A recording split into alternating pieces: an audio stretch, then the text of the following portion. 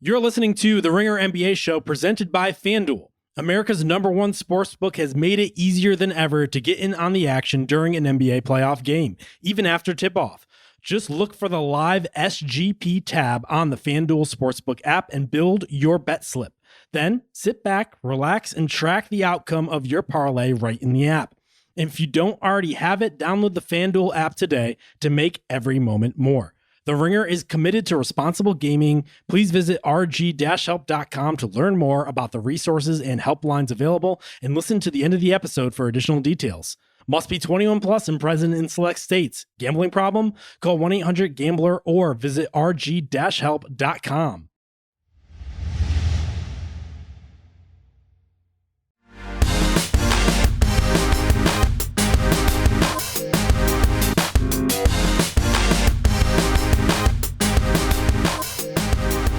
Hello and welcome to Group Chat. I am Justin Verrier, and joining me, Indiana's Rob Mahoney, New York's Big Waz. We just watched one of the most insane fucking playoff games I think I've seen in a very long time. I feel like we need to have a cigarette, Rob, before we start this podcast. Seriously, what the fuck? I mean, even by Pacers standards, that one was completely ridiculous. Absolutely insane. Too many ridiculous moments to even name. I just like how in regulation, the Pacers are a good, balanced team, and then crunch time comes, and Aaron Nesmith is Steph, and Tyrese Halliburton is Reggie Miller, and like Andrew Nembhard is Dwayne Wade, and Obi Toppin is fucking Shaq. Like, these guys just turn into absolute killers for some reason. Final 3-ish minutes of regulation, and then whatever else they got to play.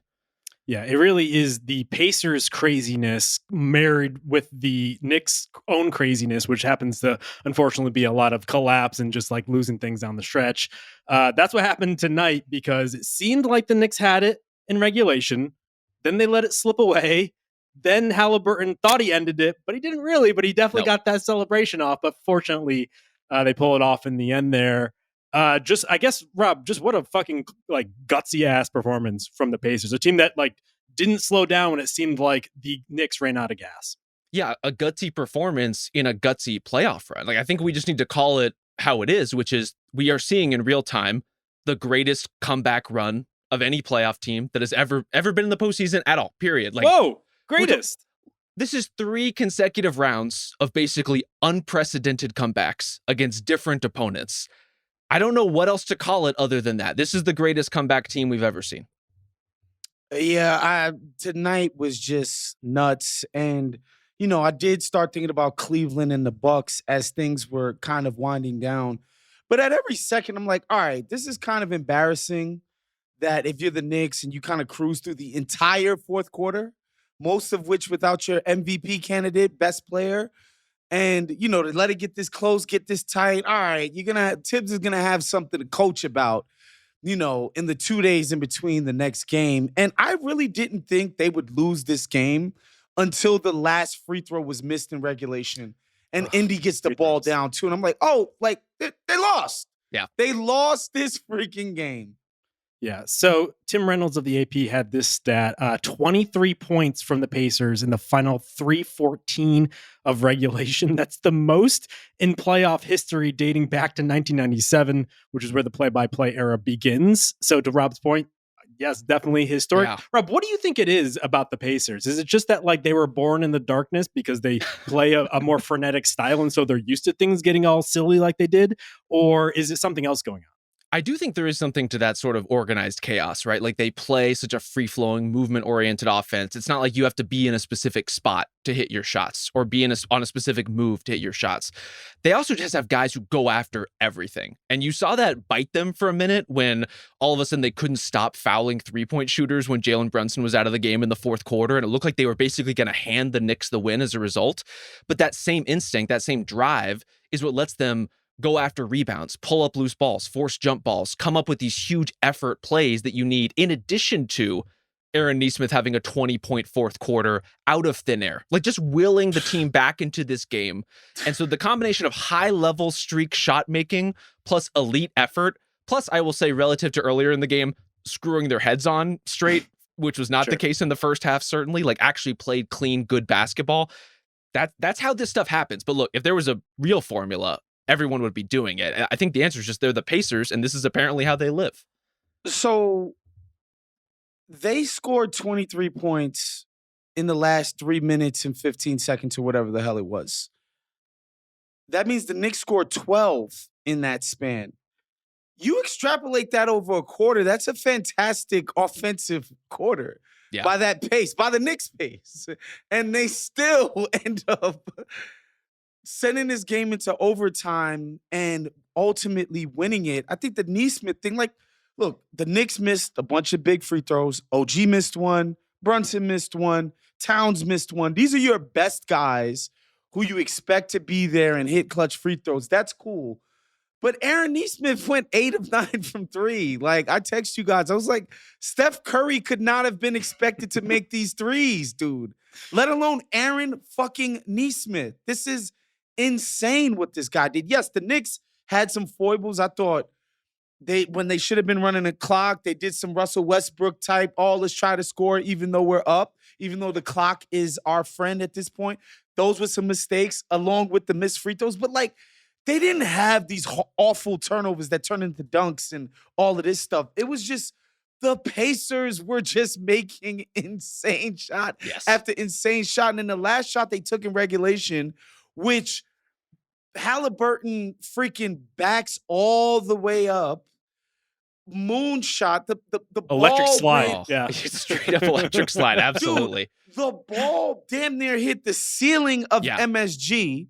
To where I'm like, when it went that far up, I'm like, oh, okay, the game is actually over. This is crazy. What a heart attack game. Then I see this thing dropping, and I'm like, oh, my God. Just crazy. I had that thought as the ball was bouncing off the rim after the backup to what Tyrese thought was the three-point line. I'm like, I can already hear the talking head bits tomorrow about how this is what's wrong with today's game. He couldn't just go for the 2 to tie it. He had to back it up for 3. And then what do you know? He made it anyway, even though it was a 2. He took the 2 to tie. Took the 2 to tie. He did. I don't even think it was conscious so much as that he's so used to backpedaling to the 3. He's found himself in the paint. True. He's like, I've never been here before. What am I going to do? First of all, great paint game by Tyrese Halliburton. Some great finishes around the basket. He did it all. He was unfortunately good all around. Was the choking thing fair or foul? Can we get a read on that? I'm going to say because they won, I think it's good. It's going to live on. It would have been bad. It's more than fair. I think if they would have lost, this would have ended up almost like a swaggy P. Take the 3, turn around and put your arms out. Right. Yes. And it like bricks out. But they ended up winning. Reggie Miller's sitting right there, courtside, calling the game. Like, Spike Lee's come on. Like, I get it. And Halliburton just is kind of a showman. Not even kind of. He just straight up is. He understands the moment. He understands how to create chatter and eyeballs around what it is that he's doing.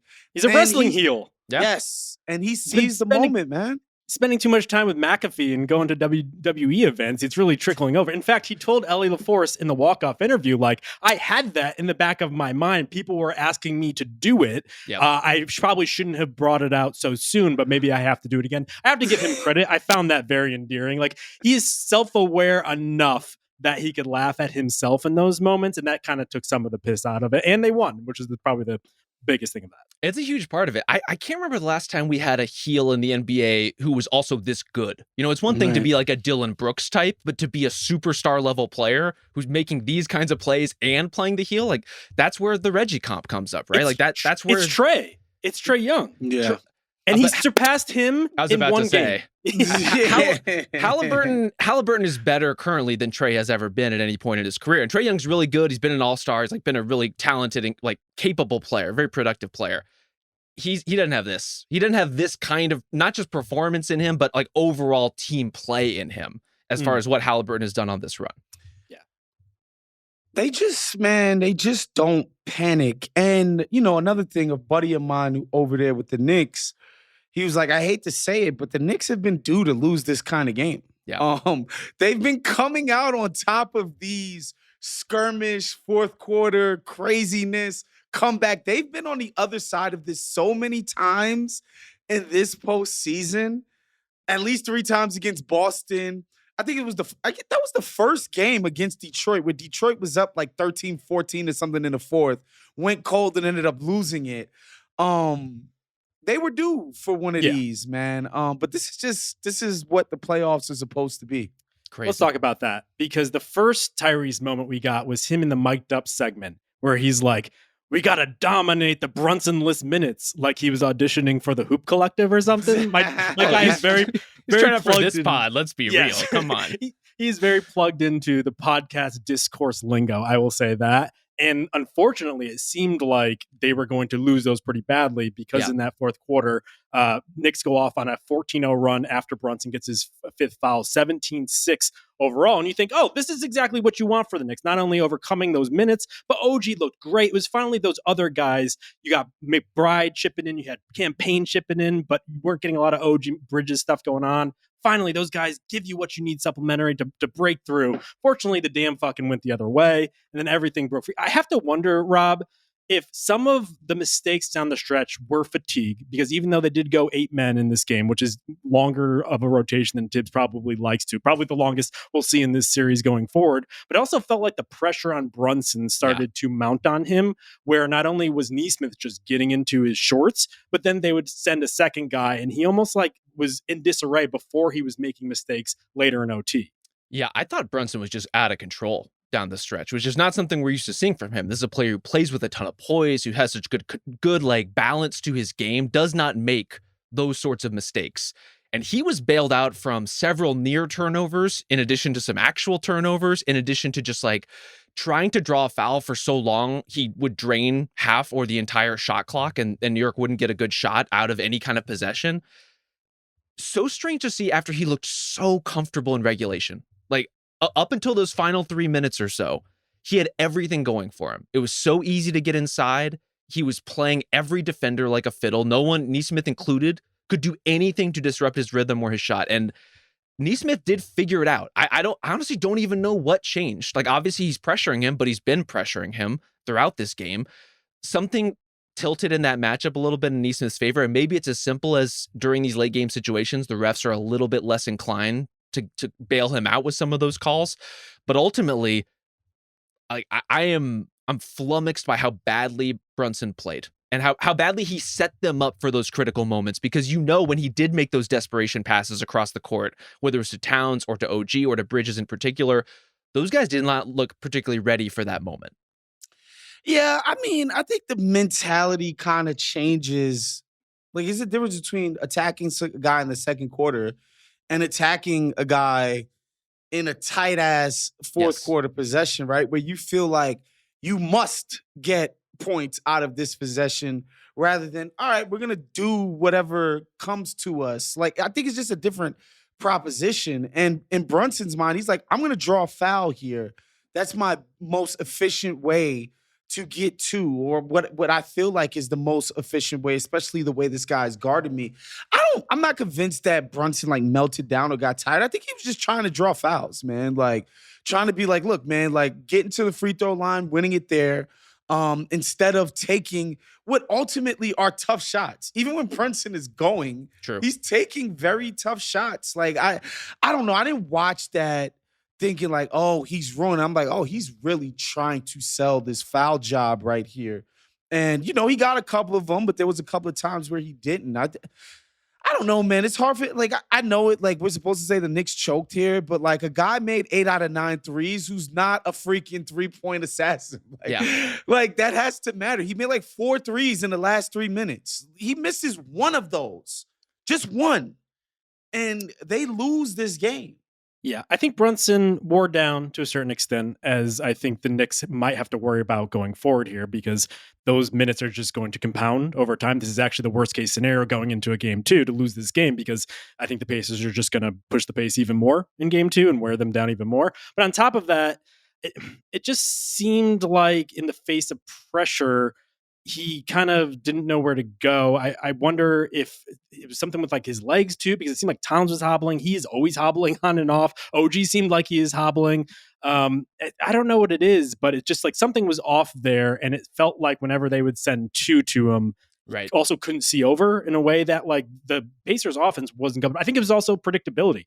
too. Like, you kind of know what the Knicks are going to run, especially in high leverage situations, to the point where, like, after they were doubling Brunson, Rob, in that fourth quarter, they started doubling Towns just because they knew where he was going next.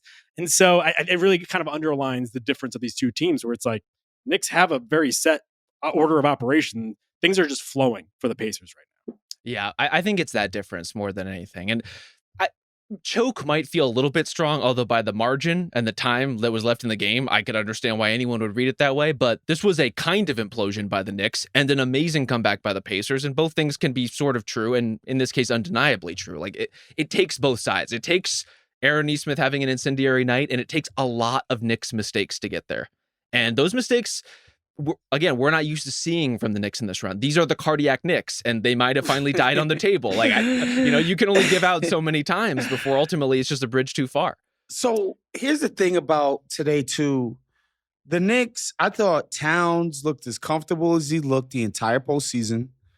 I thought whenever somebody who wasn't Nesmith was guarding Brunson, the Pacers looked fucking toast. Yes. Okay, like, the Knicks offense looked as comfortable, as just relaxed and worry-free as it's looked the entire postseason throughout this entire game, the last 3 minutes notwithstanding.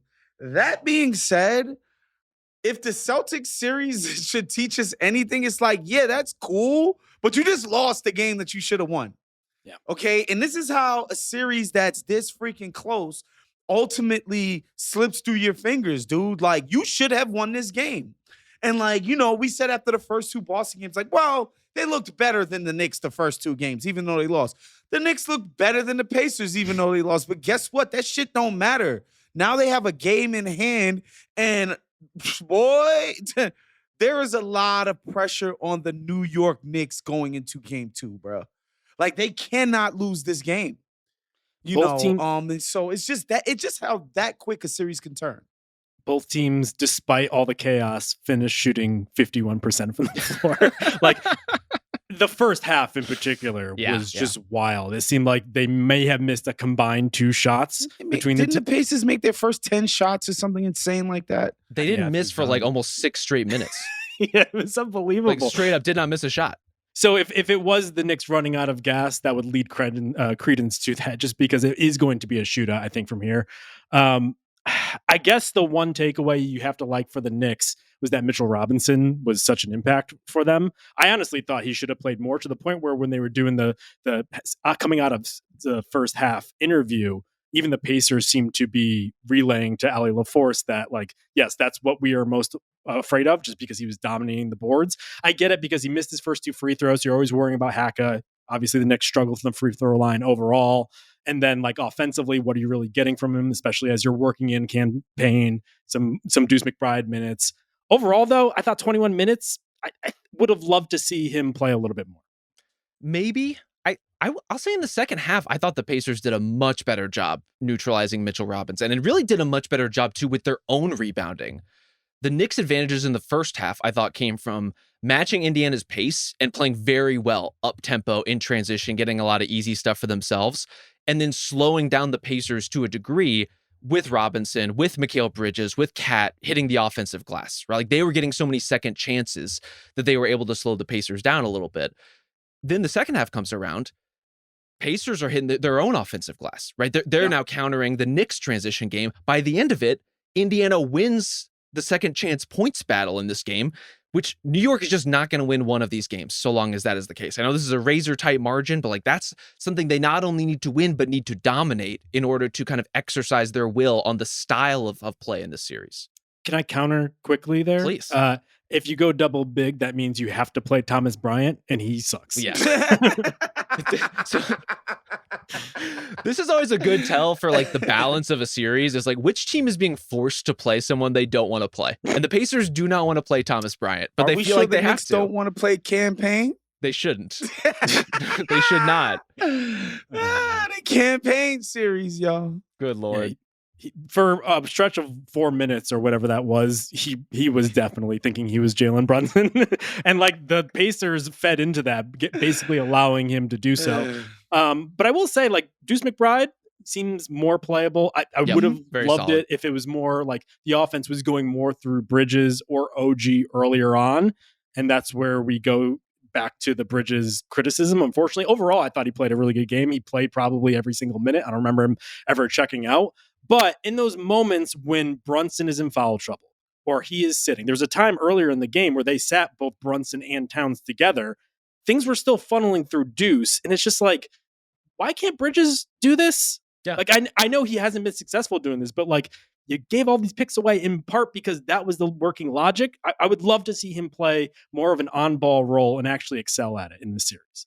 It's just not really who he is. Even like when Mikal Bridges plays quote unquote on ball, it's usually on the second side, attacking a closeout, like going into the next action in the chain. And so I can understand it from that perspective. I think a lot of it honestly comes down to the fact that he's not a very natural passer. Like he doesn't have the read of the floor. And so if you're going to be the primary initiator of the offense, like you kind of need that stuff. But ultimately, this is what is so frustrating about this game for the Knicks. They played, as we have alluded to, the vast majority of an excellent game. Like Jalen Brunson played 90% of an excellent game. Mikal Bridges, I thought, had a really great first half and a pretty good second half. I was fully ready to come in here and talk about, like, to sing OG Anunoby's praises for those Brunson-less minutes. When Brunson went out with the foul trouble, he scores 5 quick points, bumps the lead up to 7. They get a cushion. I think immediately after that, Deuce McBride gets fouled on the 3, and it's like, wow, like, Jesus. Instead of this turning into an Indy avalanche, it's like, wait, they're extending the lead. They're putting the game away while Brunson's on the bench. Like, OG was a big part of that. Crazy. And I think we saw the full Cat experience. You know, like he had some defensive struggles in this game clearly, and I think will all series. But you'll take those when he's putting up 35 and 10 and he's hitting threes for the first time in 2 rounds. Like that, it's a huge deal. And it's going to be a huge deal within this matchup, but you got to win this game. Like you can't let this happen. Again, I think Indy is going to continue to play a more conventional pick and roll, which is why Cat is finally able to shoot. They're not just automatically switching the pick and roll on him. And, you know, whatever, he's spacing out to 27 feet, but, like, he's a guy who can make that shot. I don't know. I think the Knicks should feel like, all right, we have things that we can go to. We should feel positive about. I think their defense could stand to, like, tighten the fuck up. Like, you know, even Van Gundy mentioned on the broadcast, a few of those switches on Nesmith were soft as hell. It was like, I guess I'm going to go get him. We know they're trying to shoot threes. Like, yo, make these guys break you down off the dribble like Halliburton did on the last play every single time down the floor for these threes, right? I think their defense will definitely be better. Mm-hmm. But, you know, it's hard to believe that their offense will be.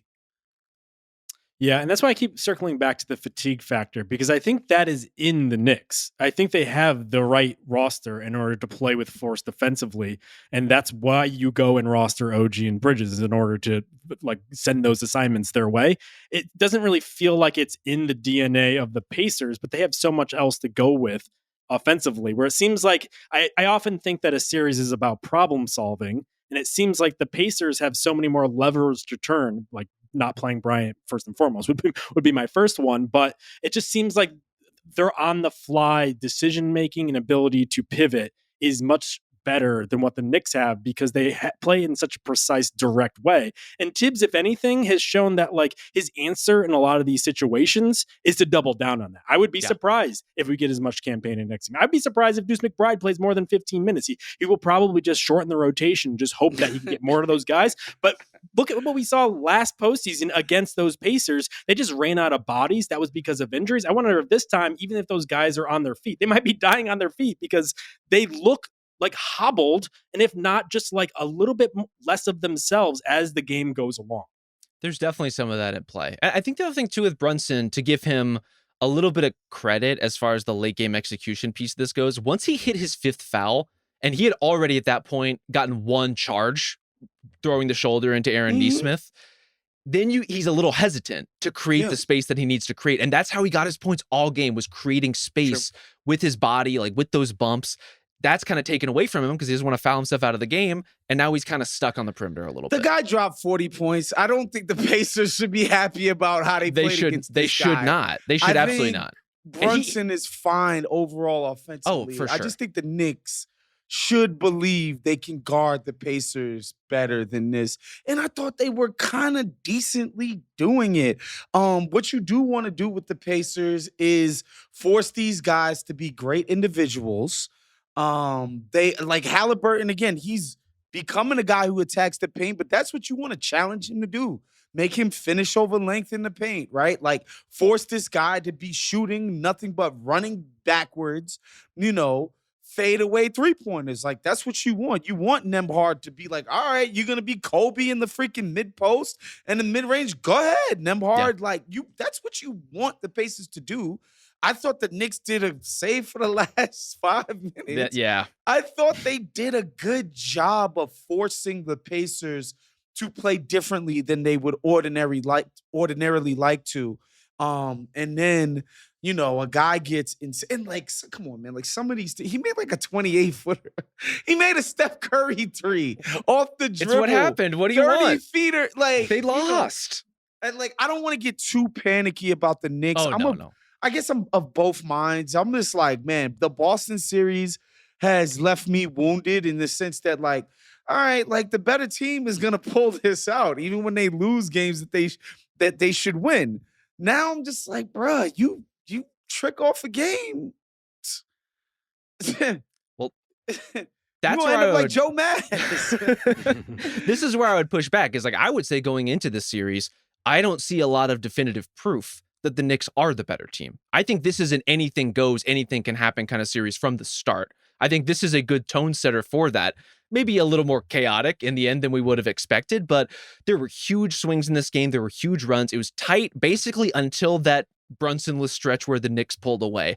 And then it looked like they finally had it in their hands, and it obviously swung hard back in the other direction. But I think this is going to be a pretty chaotic series. I think this is going to be a pretty even series. And I think the Pacers have earned the benefit of the doubt to say that it's kind of a toss-up as far as if they are better than the Knicks or not. These are both really good, really capable teams. No, I'm not saying that coming in, I thought the Knicks were just so much better. I'm just saying in this game, they looked like they were better. I would agree with that. And they lost. I would say it was particularly poetic that Obi Toppin was the one to hammer the game home for the Pacers. Not only because he missed the dunk earlier on, but also because they basically gave him to the Pacers for free in order to make the moves. I think it was in order to get Hart and DiVincenzo in that offseason. I would also say it's a little bit poetic that it was not only him who was a factor late in this game, but also it was Nesmith, because honestly, if I've been impressed by anything that the Pacers have done in building this contender, basically from the middle, is just getting guys into their system who have upside and basically building them up into the marquee players that they've essentially become in back-to-back Eastern Conference Finals. I guess Halliburton would fit that as well, although they did trade at third time, probably their best player in order to get him. It just feels like they've done such a good job just bringing good players into their system and then letting them get better. Reminds me a little bit of when the Clippers traded Chris Paul for just a bunch of guys, and then all of a sudden they were a playoff team because those guys were just like, they brought more out of them. I assume, Rob, a lot of that's Halliburton just being able to galvanize some of this, but like, Nesmith looks like a player. He looks like a player any team would want in these sorts of situations. I mean, some of it's talent identification too. It's good scouting. It's good pro scouting by the Pacers in terms of seeing Aaron Nesmith as a Celtic and saying, we don't think that's representative of who this guy is. And I remember one of the things with them was they had the background that Nesmith had played at Vanderbilt, a very motion heavy style that he was really, really well suited to. Something that was a little bit more parallel to the way that they play. And they thought, if we bring him in here and get him attuned to like our circumstances and our principles, we think he can really thrive in that. And he has. Like, I just think it's unbelievable to see a win like this that is not, even though he hit the game tying shot, buzzer beating shot, the Tyrese Halliburton game. It is Tyrese coming up with crunch time plays. It's Nembhard. It's Nesmith. It's Rick Carlisle with a crucial challenge to turn over possession at the end of that game. I thought that was a bullshit call, by the way. With the one off of Brunson? He's punching the guy in the stomach. No, not the one off you're talking of about Brunson. the Siakam. The Siakam. That's a foul. That's a foul. He's punching the guy in the stomach, grabbing his jersey, then grabs his arm afterwards. Like, that's just a foul, straight up, but whatever. Well, so let's say two crucial challenges, one of which Woz disagrees with. And in Obi Toppin's case, I'm gonna go ahead and say it. I don't know this to be true, but I believe it to be true. what has to be the first double clutch crunch time dunk in NBA playoff history. We love and he got fouled, no call. And what should have been a foul. He definitely got fouled. Yeah, I mean, dating back to the Oladipo Sabonis trade for Paul George, I would have to say that the Pacers on a run of getting young veterans and then building their core basically from that better than any other team in the league. It's a free story idea for any enterprising young reporter out there. Like, I guarantee they have done better from the middle than anybody in recent history. And that's a credit to, like, nobody else is building like this. Do you, Justin, have Pelican shell shock from saying the phrase young veterans? I feel like you're just like seeing Ryan Anderson and Eric Gordon and Drew Holiday pop into your head. Oh my God. What's funny is I quite literally, after saying the phrase young veterans, thought about the Pelicans. You simply have to. It doesn't always work, but it did in this case. Anything else? And I think it bears mentioning again. Well, one, Rick Carlisle, he's the man. Doesn't get enough credit for being an absolutely great coach. He's proven it for 20 freaking years now. Like, this guy is an excellent coach, excellent playoff coach. Dope at what he does. And we got to give it up to Indy's front office, who the hipsters in our profession never want to give it up to. I guess because they didn't get a bunch of draft picks and lottery picks and pick protections and blah, blah, blah. But they're in the Eastern Conference Finals 2 years in a row. I never hear the hipsters slurping their style of team building ever. So I think I'm giving them free ideas now. Yeah. So I think plenty of slurping to be had out there. That the Pacers front office deserves credit for not being some Charlotte tank job year after year. You know, some Wizards. Well, I guess the Wizards like half tanked. They tanked by accident, whatever. But like all of these teams in the doldrums crying about getting jumped in the lottery, like, oh, then what did we do with our system and blah blah blah. Just look at the Pacers, man. They ain't need none of that lottery luck and all that dumb shit. Just smart GMing, bringing good ass players in, bringing hard nosed guys in and building them up. You know, developing guys. I love it. I mean, we don't have to assign it anymore. Waz just wrote that. Right? I feel like I just blacked out and Waz went on a 20-0 run. I don't know what happened. I guess the Knicks also kind of did a similar thing where, do they even have a drafted player on their team? But it's a higher level of that idea. Yeah. Even Brunson, they signed for his max at the time in order to lure him over from Dallas. So different ballpark in terms of money and resources and whatnot. All right. So next game, anything you're looking at, Rob, in terms of adjustments for either team? I think for the Knicks, the question is how they want to defend the Pacers pick and roll. Obviously, the Knicks were getting a lot of what they wanted offensively. I thought basically any time the Pacers put Cat into the action, Tyrese was walking by him to the rim. They were creating good stuff, forcing rotation, forcing a lot of overhelp, getting good shots for everybody else. At some point, that's untenable. And I get from a game one perspective, you come out, you make the Pacers prove it, you make them show that they can build offense that way consistently. And maybe you want to start game two that way just to see if they've got the kind of crazy shot making they had at the outset of this game. But you need a response other than just keeping Cat in drop and letting him be basically feast, like letting him be food for the Pacers guards. Yeah, I think that to me, the adjustments are about the Knicks defense. I wonder what the Pacers do to get Cat off of the 3-point line. I wonder if they do become a switch-heavy team. You know, I don't know that they necessarily have the personnel for that in their guard rotation. So that's a tough decision that they have to make. So keeping Karl off the 3-point line is something they need to do. I think the Knicks need to be smarter about, like Tyrese is going to cook Cat on the ball. Like, I mean, that's just kind of how the series is going to go. But off the ball, man, they got to be cleaner about how they're handling the Pacers screening and movement off the ball. That's where they got to be a little bit more focused to me.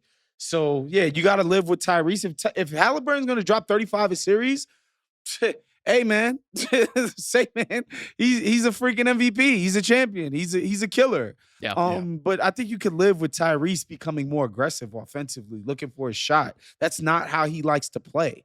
And so I think that's what they should be doing. But in terms of the other guys, like one of the points in overtime, Nembhard just gets a back door wide open. Yep. You know what I mean? Like, they got to clean all of that stuff up. It actually, at moments, reminded me of Game 5 against Boston, where they were just lost in some of the most basic ass actions, right? And then in game 6, they just came and cleaned a lot of that stuff up.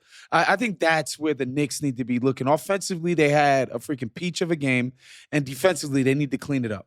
You can get a sense of that high wire act, though, because I thought, like, at times, Josh Hart and Deuce and Mikal and OG were rotating really well around the basket, and they were able to stifle some of the Pacers' attempts to finish inside when they got there. But sometimes they just, as you alluded to, straight up did not see it, did not recognize it, got caught up on some other action. So it was either like perfect or absolute implosion defensively for them around the basket. I think something's up with Towns, and it seemed more pronounced later in the game. There's that one play, I think in overtime, where it seemed very clearly he was hobbled. Yeah. But even if you watch him earlier on in the game, I had this in my copious, just detailed notes here. It seemed like he struggled to accelerate even on closeouts. Like it seemed like he could move around, but actually like going from start to stop quickly was an issue for him. I wonder that's why they were giving so many Haliburton threes early on. He was missing them, so maybe that's why they stayed in it. But they were aggressively in drop for longer than I would expected them to be, considering the returns. And so I have to imagine something's up with him. I guess on the flip side, he was actually hitting threes, so that's something on the other end that he can build on. He hit 4 in this game. He had 3 in the entire series against Boston. It's crazy. He took 8, which was even more than he probably had in half the series of Boston. I thought the best of Cat in this game was awesome, almost unstoppable shot making. Like really, really tough stuff that you have to hit to win a series like this. And the fact that he's showing himself capable of that is very promising for the Knicks. The fact that Jalen Brunson is showing himself capable of just putting up a casual 43 in a game like and this. And we're like, oh, he sucked down the stretch. Both things can be true, you know? So Haliburton's talking to the media right now, and on his choke sign, he says, "I wasn't like plotting it or anything. If I would have known it was a 2, I would not have done it. I might have wasted it. If I do it again, people might say I'm aura farming. I don't plan on using it again." Fucking goddamn Gen Z hoopers, man. I don't know how much more I can do with this. All right. Well, if you were offended by Jalen Brunson's foul baiting tactics in game 1, we have the Western Conference Finals for you, which has just gone wild since the Thunder just plastered the Timberwolves in game 1.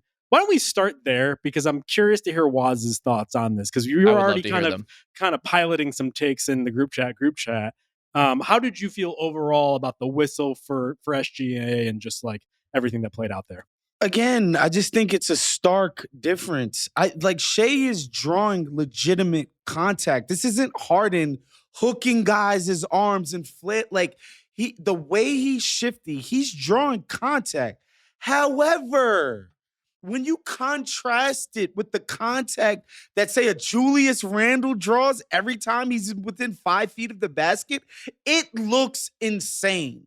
It's jarring to see it, dude. I get it. There are different body makeup, different kind of games. I get the refs have to be like, look, we kind of have to officiate the two players differently. But if you're just watching the game and you watch Julius Randle get mauled, literally, like they are just boom, boom, hitting him every time he puts the ball on the deck on a post-up or just a regular drive. And then Shea gets what feels like a graze on his shoulder, and it's just automatically a foul. I'm sorry, dude. Like, that just looks crazy. It's not that he's not drawing contact. It's just what gets counted for. Foul level contact does not seem consistent. I don't know. And, whatever. It was the same thing in the freaking Denver series. Like, Jokic, he had to resort to flopping. He was doing it too, for sure. You know, would never do it otherwise. You're right. But again, if you look up the Hartenstein Jokic one-on-ones, where Jokic is backing this dude down, and Hartenstein is literally hitting this guy with a billy club for a forearm, like just smacking him every single time. And then you see when Shea, the second this man gets touched on his way to the rim, he's getting a foul. Again, he's getting touched. Yeah. It's just there's got to be some level of balance here. Just to calibrate what we're talking about, I think ultimately people are very worked up about like 3 different possessions in an entire game. It was like there were a couple of plays where Shea kind of took a dive off of, some marginal contact, and then would just hit the floor and get the call in a way that other players in the postseason are not getting. And not only the contrast in terms of Julius Randle or Ant and the kind of contact those guys are allowed to be bludgeoned with, but that push off forearm for Shea is working overtime. God. Like he gets to create space through contact, but players do not get to have any contact with him. That is frustrating for an opponent, for an opposing fan base. All those things are true. I also just think like part of the reason Shea had so many free throws is he had 28 drives in that game, according to NBA.com. Ant had 7. That's kind of it. He had the ball in his hands more than any other player in that game. He took more shots than any other player in that game. Stands to reason he would probably get more free throws, and especially when the team free throw disparity is not really glaring at all. I just have a hard time getting too worked up about it, but there were a couple calls that he got that other players don't. There's no way around that part of it. Yeah, it's funny you bring up Jokic because as Shea was just like had the parade going to the line, I was visualizing Jokic like almost like Hodor, where he has just zombies on top of him and he's just like just getting piled on, but yet he can't even sit for 2 minutes in a game while Shea's just going to the line every 5 seconds. And here's the thing too, we've said this before, OKC deliberately is playing this way. Yeah. They are the most physical, handsy ass defense in the entire league, and they're daring the refs. They're doing the right thing. They're daring the refs to call fouls on them because they are smaller than everybody they play. They have to be able to get handsy. They have to be able to be physical against their opponents to have a legitimate shot, or else their guys are skinny and short oftentimes in their matchups. Like, that's always happening. So they're leveling the playing field. And you add their level of execution, their speed and quickness and agility. And these guys have great hands, strong hands. Like, I love watching OKC play defense. However, they're fouling the shit out of people. There's just, like, this, it's undeniable. If, let's just say OKC were playing defense the way that they do against Shai Gilgeous-Alexander, he'd be getting 30 free throws a game. Are you kidding me? Like, they are fouling people, but it's on the refs, man. The onus is on the refs. They are fouling people. I would say every great defense in the history of the league has also fouled the shit out of people. The bad boy Pistons, the Spurs, the 2004 Pistons, the grit and grind Grizzlies. I disagree with the you, Jordan Rob. Bulls. Show me the team that was not hyper physical. Show them to me. The Warriors, their championship run, great defense. Draymond Green fouled you on every play. Everybody else was not fouling you on every single play. You don't think Andre Iguodala? You don't think Klay Thompson? You don't think those guys are fouling? To this extent, no. KG on Ubuntu Celtics, oh yes, my that God. motherfucker fouled you on every single Tony play. Allen on the Ubuntu Celtics? Yes. Kendrick Perkins on the Ubuntu Celtics? Like, there are these guys on every team. Artists. But, like, man, OKC fouls a lot, bruh. That is the thing, is that the Thunder, you know, every championship defense has those sharp edges. The Thunder made a whole roster out of the sharp edges. Yes. And then put Shea on top of it. I think it was a bad whistle, first and foremost. I think everyone could agree on that. Unfortunately, it is intrinsic to the way Shea plays that his superpower is that he is shifty. He gets hit. In a way that he can contort to avoid people, but also nick them just enough in order to get what he wants, plus the foul. And so it's going to keep happening. It's funny. It's like, I always draw the comparison to Harden because I've said in the past, like, Harden just feels like on another level than Shea, where it just seems like Shea gets fouled in the course of doing what he's doing. I've said ethical foul drawing in the past, whereas Harden just feels like his primary motive is get to the line. Unfortunately, I did look up the numbers before this. Harden in his Houston era did average 9.4 free throws a game. Shea this postseason, 9.2. It has gone higher. There have been more extremes for Harden where he had 10.5 in 2 postseasons of this amount of games, like 10 plus. So we are getting into that territory, but still, even aesthetically, as someone who's watching it, I don't find it as offensive as Harden sidestepping his way into people or just trying to fucking hook them. It's not the same thing. And so I almost feel like someone's not been Trae through Young. a more difficult battle or war, and I'm like, they send me to a lesser one. It's not the same thing. It's not Trae Young. It's not Harden. It's not the worst of the worst. It's not. Again, he's getting hit. He is. The only point is other guys are getting hit too, dude. They're getting hit just as hard as Shea is. I think it's being amplified as well because I have to wonder how many people were really plugged into Thunder over the course of the regular season. Oh, yeah, they weren't. especially after the trade deadline, Luka's on the Lakers, all this other stuff. How many people were really plugged into this being the course of action for them winning, 68 games?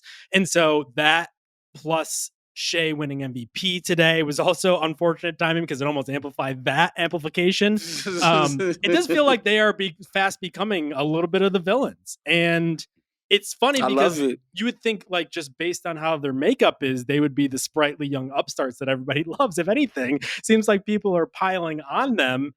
And I don't hate it. At least it gives them something of an identity in the big picture that at least people can latch on to. And almost it works for the NBA narratively to sell them as the Death Star and like the rebel force from the Eastern Conference. If let's say it's the Pacers coming to fight them, that's a little bit more of narrative tension than I can I could get behind. But if Tyrese Halliburton is also the heel, or is it just 2 Death Stars? Oh, double heel. Well, it's kind of like how The Rock is a heel sometimes, but he is always a superstar, you know? I have no idea what you're talking about. I trust you, and I trust Ben Cruz to correct us if you're wrong, but I don't know. Here's the thing about OKC. I'm happy people are starting to hate them. I think we need more hate within the sport. Because I would say outside That's passion.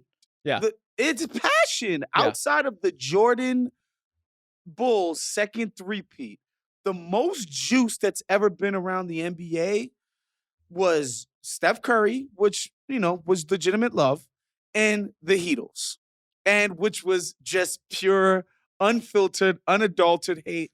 So listen, if fans got to burn jerseys, call people's moms out of their names at the game, throw batteries at reps, let's do it. Let's bring passion back to the NBA. You heard it here first. Wosny Lambre, senior staff writer at TheRinger.com. Toxicity. More hate. More hate, more toxicity. Maybe don't throw a pile of trash on a guy in a Pacers jersey. Seems uncalled for. Or bring that guy to a game. Maybe don't do that. Watch, Halliburton's dad is coming back for the finals. All of a sudden, he's going to be sitting courtside. I don't think he's coming back till next season. I don't think it's not a lifetime ban, but he's probably done for the playoffs. It's extremely tough. Yeah. All right. Do you want to talk about the actual game now? I will say this about the foul drawing part of this. Like, ultimately, one way in which it did put a damper on the game is Jaden McDaniels fouls out in 24 minutes. And that was an awesome matchup when it was allowed to happen. And some of that is the refs needing to maybe allow a little more contact. Some of it's Jaden McDaniels needing to pull his hands back and play with the utmost discretion given the opponent. Because I thought their kind of back and forth, specifically in the first half, was one of the best parts of the game, was kind of the chess match within the chess match. There was a lot given there in certain situations. I thought Jaden was just hounding him, denying him. You can tell the Thunder's respect for Jaden McDaniels by the fact that they would sometimes give the ball to Lou Dort to bring the ball up court just so Shea didn't have to deal with Jaden 94 feet. I thought that was a nice little tip of the hat. But ultimately, like, I want Jaden McDaniels to be able to stay in these games, and it's incumbent on him to figure out a way to do it because the Wolves will not win if he's fouling out of these things in 20-something minutes. We talked so much about what would happen if the Thunder didn't make their threes, and then the Wolves put up 51 3-pointers in that one, and just an atrocious display of shooting. I think this is going to happen against the Thunder. Unfortunately, I think it was compounded by the fact that Ant was a little tentative, especially after it seemed like he turned his ankle, maybe even like turned it twice on the same play. He just went back and just didn't seem right that entire game. I do wonder a more aggressive Ant, and especially now that the officials will not be able to bear their head about the fouls, I imagine a pretty dramatic swing the other way in which the game is a little bit more physical. And so maybe that plays into the Wolves' strengths, not only because they are a more physical team, first and foremost, but it seemed like a lot of the success that the Thunder had was in that smaller ball lineup. Can you not go to J-Dub at center, Kenrich Williams at center, if everything is going to be more of a pushing contest? Yeah, to me, the shooting, it was working in the first half, and Justin mentioned it felt like some fool's gold. I think the Ant not being able, you mentioned he had 7 drives all game, Rob. Like, I think that's why their offense came to a standstill. Ant just could not be the juice in the engine. Because, look, Julius Randle's been doing a good job at generating offense for them, but it is Ant that is the engine of what they do. And if it was because he was hobbled, well, he better get unhobbled for game 2.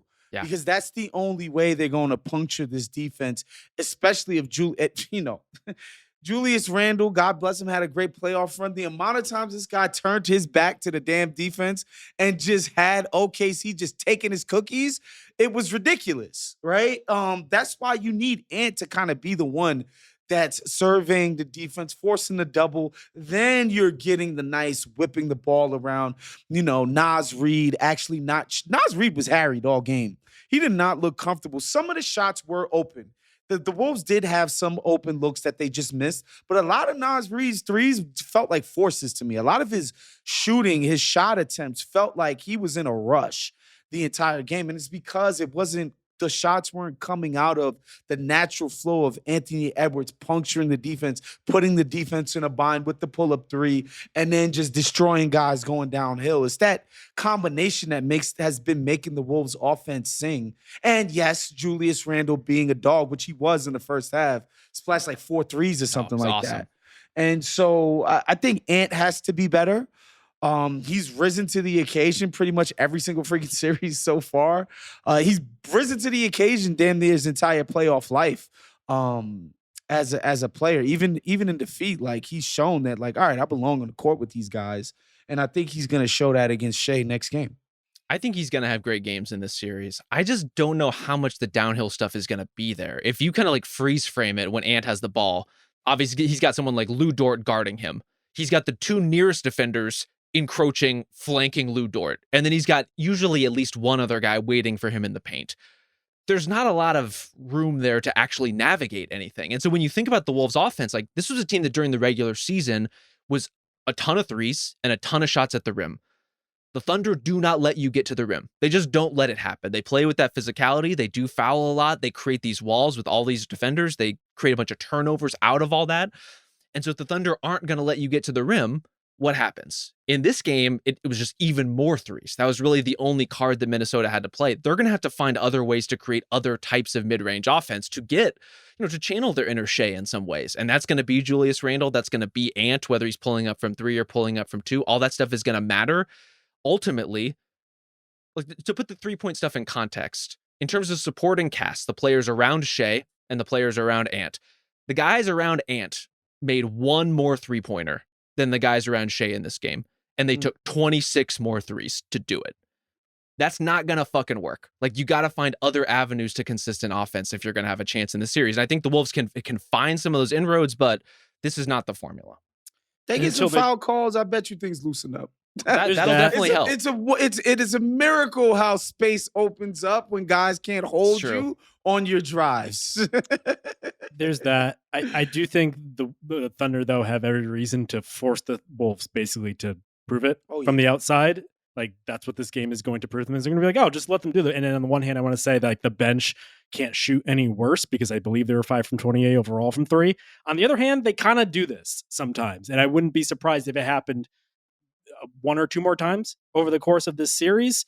And so, I don't know. Thunder just have that advantage where it seems like even when it comes down to a situation like this, they have options. I was so just marveled, like, once again, when they were able to turn to Kenrich Williams, basically dig him out of the deep rotation. I don't think he played beyond garbage time in the playoffs. He's been in bubble wrap the whole playoffs. And basically they were like, oh, we need to go to our small ball center.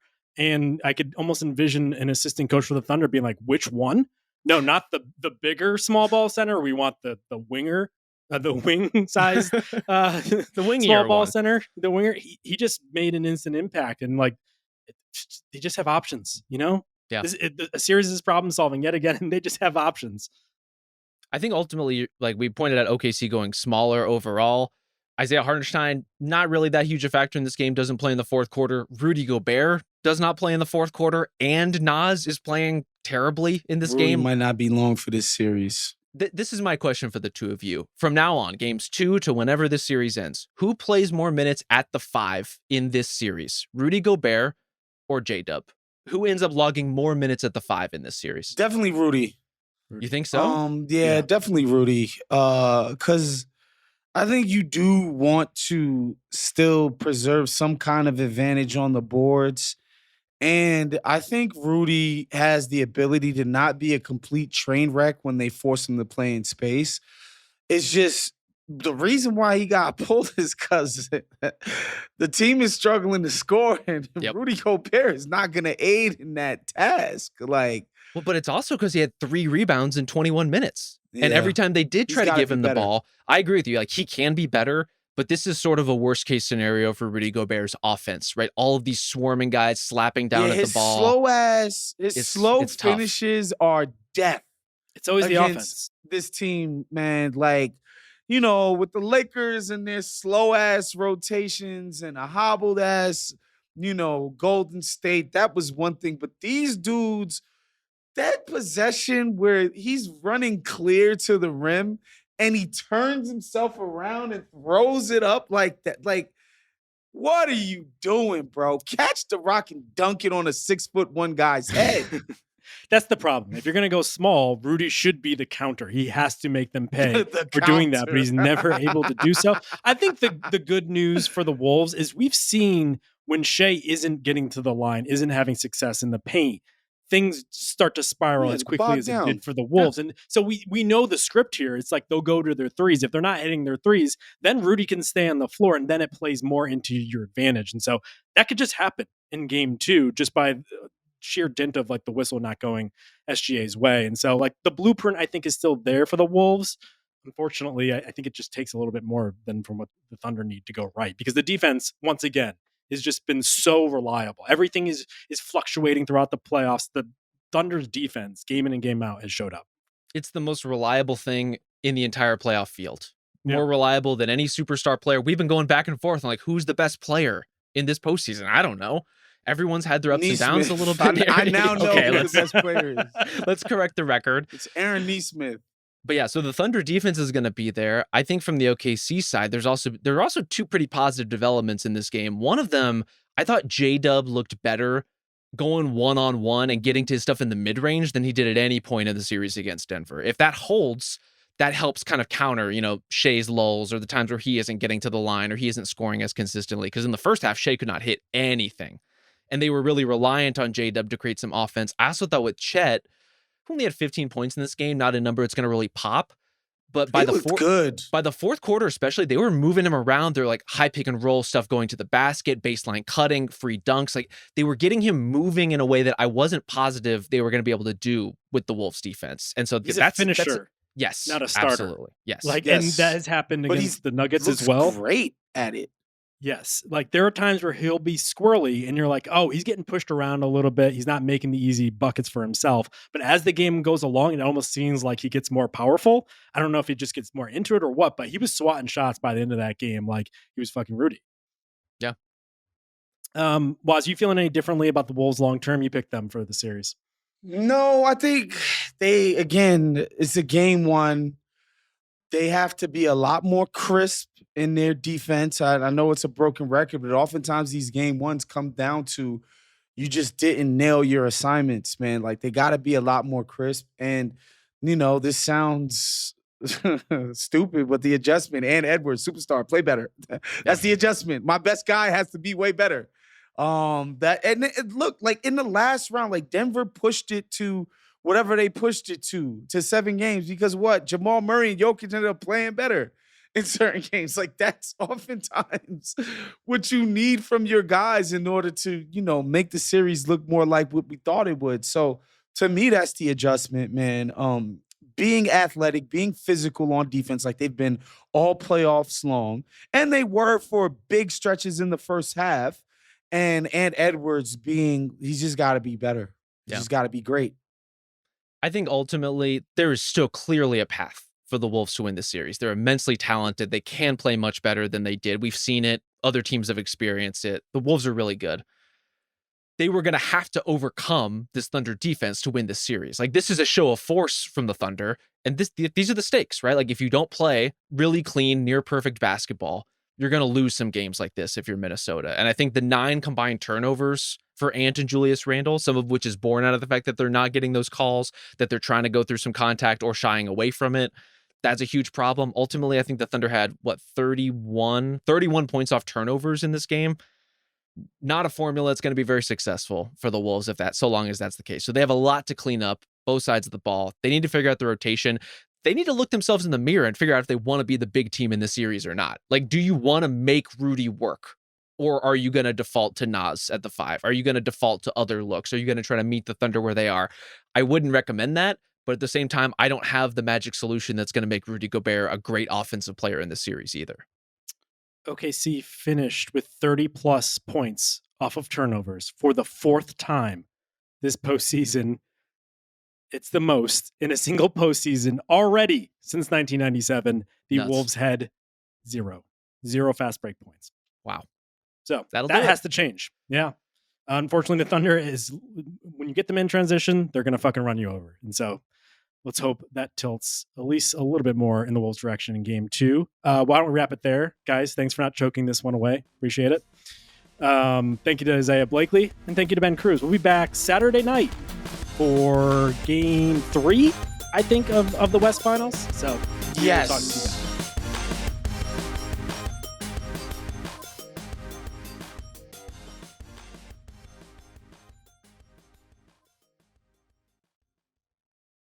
Must be 21 plus and present in select states for Kansas in affiliation with Kansas Star Casino, or 18 plus and present in DC. Gambling problem? Call 1-800-GAMBLER or visit rg-help.com. Call 1-888-789-7777 or visit ccpg.org/chat in Connecticut or visit mdgamblinghelp.org in Maryland. Hope is here. Visit gamblinghelplinema.org or 800-327-5050 for 24/7 support in Massachusetts or call 1-877-8-HOPE-NY or text HOPE-NY in New York.